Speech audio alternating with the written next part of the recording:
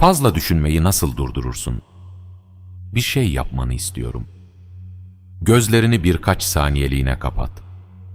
Şimdi kendine şu soruyu sor. En son ne zaman zihnin tamamen sessizdi? Hiçbir şeyi düşünmediğin, geçmişi tekrar yaşamadığın, henüz gerçekleşmemiş yarınlar için endişelenmediğin, sadece içinde bulunduğun anı yaşadığın son günü hatırlıyor musun? Belki hatırlamıyorsun. Çünkü uzun zamandır zihnin hiç susmadı. Sabah gözlerini açtığında düşünmeye başlıyorsun. İşe giderken, yemek yerken, uyumaya çalışırken, hatta bazen rüyalarında bile. Bir konuşmayı defalarca zihninde tekrar ediyorsun. Henüz yaşanmamış olaylar için yüzlerce senaryo kuruyorsun.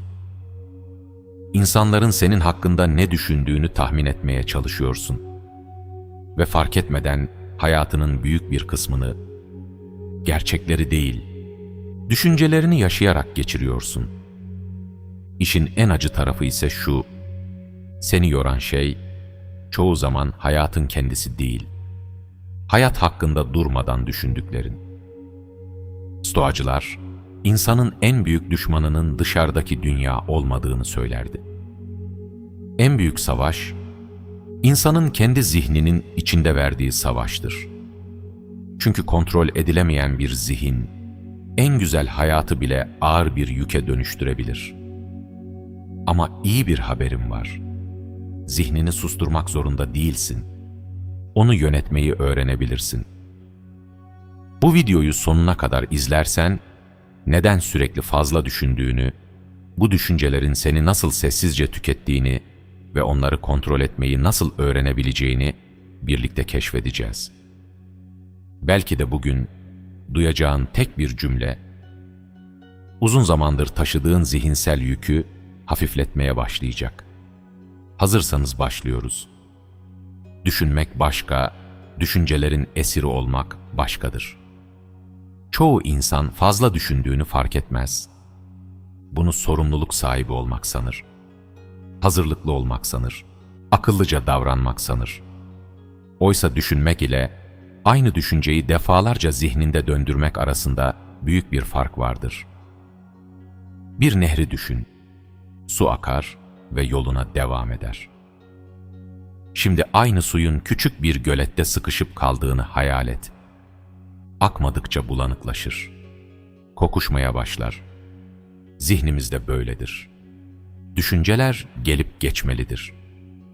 Ama biz onları tutuyoruz. Aynı konuşmayı tekrar ediyoruz. Aynı pişmanlığı yeniden yaşıyoruz. Henüz gerçekleşmemiş olayları onlarca kez zihnimizde canlandırıyoruz. Sonra da neden bu kadar yorgun olduğumuzu merak ediyoruz. Sana küçük bir hikaye anlatayım. Bir tüccar her gün sırtında boş bir çuval taşırmış. İnsanlar ona bunun nedenini sorduklarında şöyle dermiş: belki yolda lazım olur. Günler geçtikçe çuvalın içine taşlar koymaya başlamış. Belki bunlar da işime yarar. Aylar sonra yürüyemez hale gelmiş. Oysa taşıdığı taşların hiçbirine gerçekten ihtiyacı olmamış. Biz de zihnimizde buna benzer yükler taşıyoruz. Henüz yaşanmamış sorunlar. Belki hiç gerçekleşmeyecek korkular. Geçmişte kalmış pişmanlıklar. Hepsini omuzlarımıza yüklüyor, sonra da neden yorulduğumuzu anlamıyoruz. Stoacı düşünce bize şunu öğretir: her düşünceye inanmak zorunda değilsin. Her korkunun peşinden gitmek zorunda değilsin. Ve en önemlisi, zihnine gelen her düşünce gerçeğin kendisi değildir. Bunu fark ettiğin gün, zihninle savaşmayı bırakıp onu yönetmeye başlamış olursun. Zihnin seni korumaya çalışırken seni esir alabilir. Sana bir soru sormak istiyorum. Hiç fark ettin mi? Güzel bir haber aldığında zihnin bunu sadece birkaç dakika düşünüyor. Ama kötü bir ihtimal ortaya çıktığında saatlerce, hatta günlerce aynı düşüncenin içinde kayboluyorsun. Neden? Çünkü beynimiz mutluluğu aramak için değil, hayatta kalmak için evrimleşti. Binlerce yıl önce ormanda yürüyen bir insan, çalıların arasından gelen sesi önemsemeseydi, belki de hayatını kaybedecekti. Bu yüzden insan zihni, tehlikeyi fırsatlardan daha hızlı fark edecek şekilde gelişti. Bugün ise ortada vahşi hayvanlar yok. Ama zihnimiz hala aynı sistemi kullanıyor. Bir mesaj geç geliyor. Acaba bana kızdı mı? Patron seni odasına çağırıyor. Kesin kötü bir şey oldu. Telefon çalıyor. Ya kötü bir haber geldiyse? Aslında ortada hiçbir gerçek yoktur. Sadece zihnin seni korumaya çalışırken ihtimalleri büyütüyordur. Fakat ilginç olan şu, zihnimizin ürettiği bu senaryoların büyük çoğunluğu hiçbir zaman gerçekleşmez. Bir araştırmaya göre insanların endişe ettiği şeylerin çok büyük bir kısmı ya hiç yaşanmaz ya da yaşansa bile düşünüldüğü kadar kötü olmaz. Yine de biz henüz gerçekleşmemiş olayların acısını bugünden yaşamaya başlarız. Sana kısa bir hikaye anlatayım. Genç bir çiftçi her sabah tarlasına gitmeden önce aynı korkuyu yaşardı. Ya bu yıl yağmur yağmazsa? Ya ürünler kurursa? Ya ailemi geçindiremezsem? Aylar boyunca bu düşünceler yüzünden ne geceleri rahat uyuyabildi ne de gündüzleri huzur bulabildi. Sonra yaşlı bir komşusu ona şöyle dedi: "Sen 2 kez yoruluyorsun." Genç adam şaşkınlıkla sordu: "Nasıl yani?" Yaşlı adam gülümsedi. "Önce hiç yaşanmamış felaketleri zihninde yaşıyorsun. Eğer gerçekten olursa bir daha yaşayacaksın. İşte fazla düşünmenin en büyük tuzağı budur. Henüz gelmemiş yarının yükünü bugünün omuzlarına koymak." Stoacılar, insanın yalnızca içinde bulunduğu ana hükmedebileceğini söylerdi. Çünkü gelecek henüz var değildir. Geçmiş ise artık değiştirilemez. Ama zihnimiz bu 2 yerde yaşamaya o kadar alışmıştır ki, bugünü fark etmeyi unutur. Belki de uzun zamandır huzursuz olmanın sebebi, hayatının kötü gitmesi değildir. Henüz yaşanmamış olayları olmuş gibi yaşamandır. Şimdi kendine dürüstçe şu soruyu sor: bugün seni en çok yoran şey, gerçekten yaşadığın olaylar mı? Yoksa yalnızca zihninde tekrar tekrar kurduğun senaryolar mı? Çünkü bu sorunun cevabı, seni özgürlüğe götüren ilk adım olabilir. Geçmişi değiştiremezsin ama ona verdiğin anlamı değiştirebilirsin. Sana bir soru sormak istiyorum. Bugüne kadar kaç geceyi, yıllar önce yaşanmış tek bir olayı tekrar tekrar düşünerek geçirdin? Belki söylediğin bir cümleyi, belki kaçırdığın bir fırsatı, belki de sana yapılan bir haksızlığı. Zihnin sürekli sana aynı filmi izletiyor. Ve sen her seferinde farklı bir son bulmaya çalışıyorsun. Ama ne kadar düşünürsen düşün, film değişmiyor. Çünkü geçmiş, düşünerek değiştirilebilecek bir yer değildir. Sana küçük bir hikaye anlatayım. Genç bir adam, yaşlı bir ustaya giderek şöyle dedi: "Yıllardır aynı hatayı düşünüyorum. Her gün kendime, keşke o gün farklı davransaydım diyorum." Yaşlı usta masanın üzerine kırılmış bir fincan koydu. Sonra gence döndü. "Bu fincanı eski haline getir." Genç adam şaşkınlıkla fincanı eline aldı. Parçaları bir araya getirmeye çalıştı. Dakikalar geçti, sonunda başını eğdi. "Yapamam." Yaşlı usta gülümsedi. "İşte sen de yıllardır bunu yapmaya çalışıyorsun. Kırılmış bir anıyı düşünerek eski haline getirmeye." O an genç adam sessiz kaldı. Çünkü ilk kez fark etmişti. Onu yoran şey yaptığı hata değildi.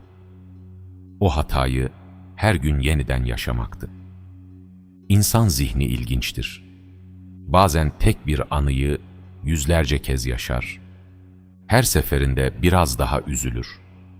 Biraz daha pişman olur. Ama sonunda elinde kalan tek şey, bugünden çalınmış zamandır. Stoacılar geçmişten kaçmayı öğretmezdi. Onlar geçmişten ders almayı öğretirdi. Çünkü ders almak seni büyütür. Ama aynı acıyı tekrar tekrar yaşamak sadece seni tüketir. Kendine şu soruyu sor. Geçmişi düşündüğünde gerçekten bir çözüm mü buluyorsun? Yoksa sadece aynı yarayı yeniden mi açıyorsun? Çünkü bu ikisi arasında çok büyük bir fark var. Hayatındaki en büyük dönüşümlerden biri, geçmişini unutmaya çalıştığında değil, onu olduğu gibi kabul ettiğinde başlar. Çünkü kabul etmek, vazgeçmek değildir. Kabul etmek, artık değiştiremeyeceğin şeylerle savaşmayı bırakmaktır. Ve o anda zihninde yeni bir alan açılır.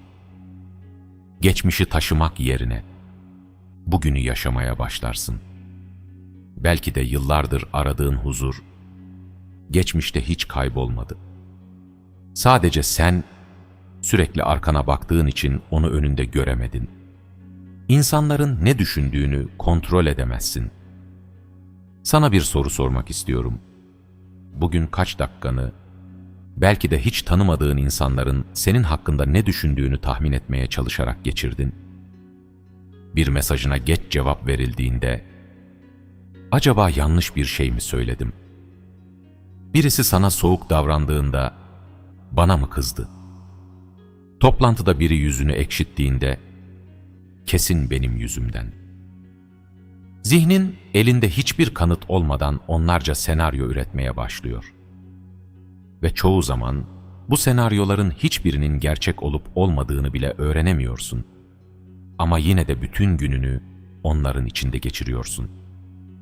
Stoacılar, insanın huzurunu çalan en büyük tuzaklardan birinin, başkalarının zihnini kontrol etmeye çalışmak olduğunu söylerdi. Çünkü gerçek şu ki, hiç kimsenin aklından geçenleri bilemezsin. Ve bilmediğin bir şeyi kontrol etmeye çalışmak, rüzgarı avuçlarının arasında tutmaya çalışmak gibidir. Sana küçük bir hikaye anlatayım. Genç bir ressam yaptığı tabloyu kasabanın meydanına astı. Altına da küçük bir not bıraktı. Lütfen beğenmediğiniz yerleri işaretleyin. Akşam geri döndüğünde tablonun neredeyse tamamı işaretlerle doluydu. Moralini kaybetti. Ertesi gün yaşlı ustasının yanına gitti. Ustası ona yeni bir tablo yapmasını söyledi. Bu kez altına farklı bir not yazdılar. Beğenmediğiniz yerleri düzeltin.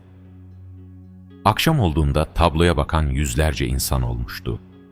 Ama tek bir fırça darbesi bile eklenmemişti. Yaşlı usta gülümsedi. İnsanlar eleştirmeyi sever. Ama çok azı gerçekten çözüm üretir. Hayatta da böyledir. İnsanların fikirleri her zaman doğru değildir.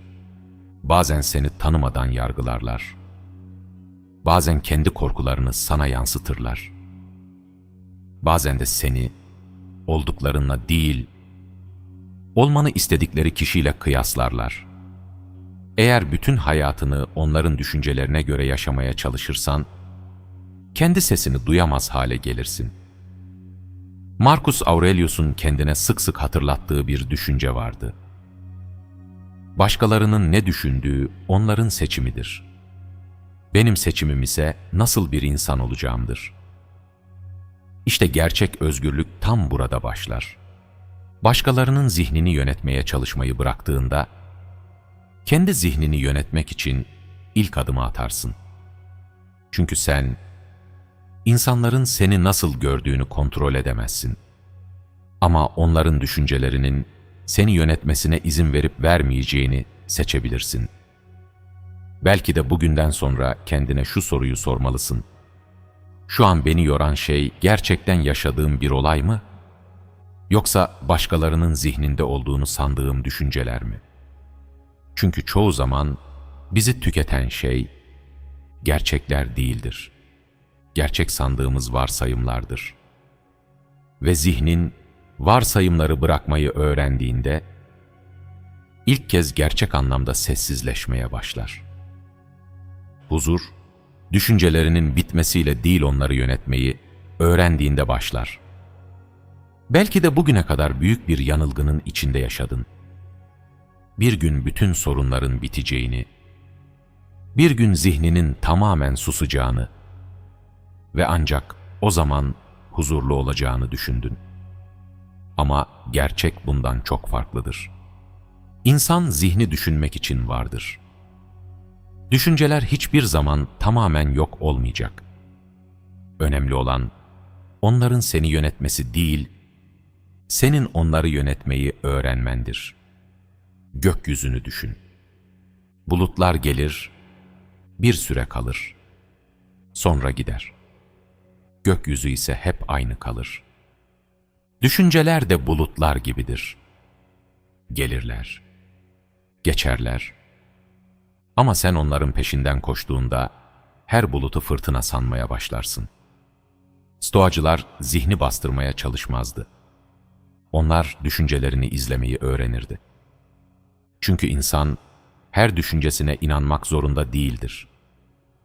Bazen zihnin sana en büyük yalanları söyler. Başaramayacaksın. Yetersizsin. Herkes seni yargılıyor. Ya kötü bir şey olursa? Ama bu düşünceler gerçek değildir. Sadece zihninin ürettiği ihtimallerdir. Ve sen her ihtimali gerçek kabul ettiğinde kendi kendinin hapishanesini inşa etmeye başlarsın. Bugün bu videodan aklında tek bir şey kalsın. Hayatını değiştiren şey daha az düşünmek değildir. Düşüncelerinin efendisi olmayı öğrenmektir. Çünkü zihnini kontrol etmeyi öğrendiğinde geçmiş seni yönetemez, gelecek seni korkutamaz, insanların fikirleri seni yönlendiremez ve sonunda ilk kez gerçek anlamda nefes aldığını hissedersin. Belki de uzun zamandır aradığın huzur hiçbir zaman dışarıda değildi. O her zaman kendi zihninin içinde seni bekliyordu. Eğer bu video sana iyi geldiyse, bugün kendine küçük bir söz ver. Zihninin söylediği her şeye inanmayacaksın. Çünkü en güçlü insan, en az düşünen değil. Düşüncelerini yönetebilen insandır. Eğer bu yolculuk sana yeni bir bakış açısı kazandırdıysa, kanala abone olmayı unutma. Ve senden küçük bir ricam var. Yorumlara sadece şu 2 kelimeyi yaz, zihnimi rahatlattım. Belki bu 2 kelime, bu videoyu izleyen başka birine de yalnız olmadığını hissettirir. Bir sonraki videoda yeniden buluşmak dileğiyle, huzur seninle olsun.